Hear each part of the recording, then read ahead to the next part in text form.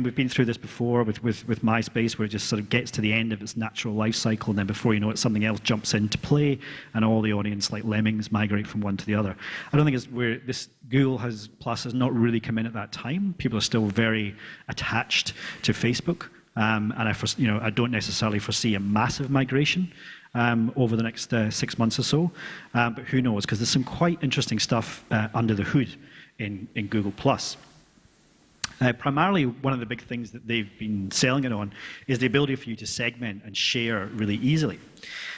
This is a screenshot of my Google Plus stream, and you can see there on the left-hand side, these are what are referred to as circles. And when I add someone into my Google Plus, the way that I friend someone on Facebook, I add them directly into a circle. Now, the way the interface is designed, now you can do that on Facebook. When you add a friend, you can add them to you can create a list and add them to a list, but this just does it faster and easier. And the flow on is that I can basically filter my incoming information by those groups. So you know at the moment, if you go to your sort of Facebook feed and there's just a list of really uninteresting, sort of boring stuff about birthdays and all that sort of thing.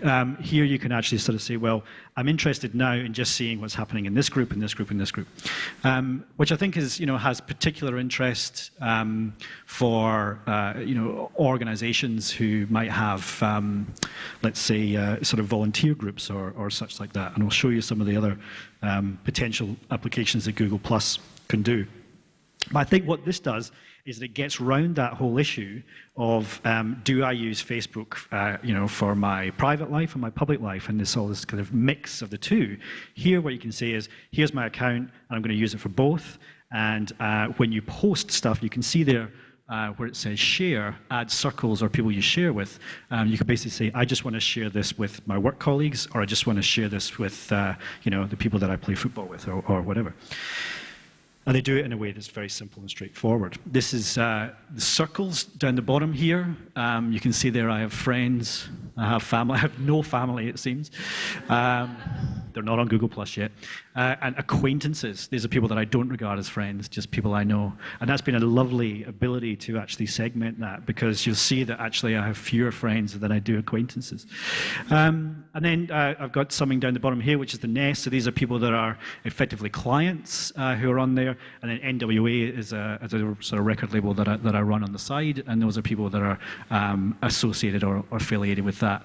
So it's quite easy. I just drag and drop them in there whenever I add somebody. Interestingly, it integrates directly with search. Now you can see here that this is a search result that I pulled up yesterday, and it might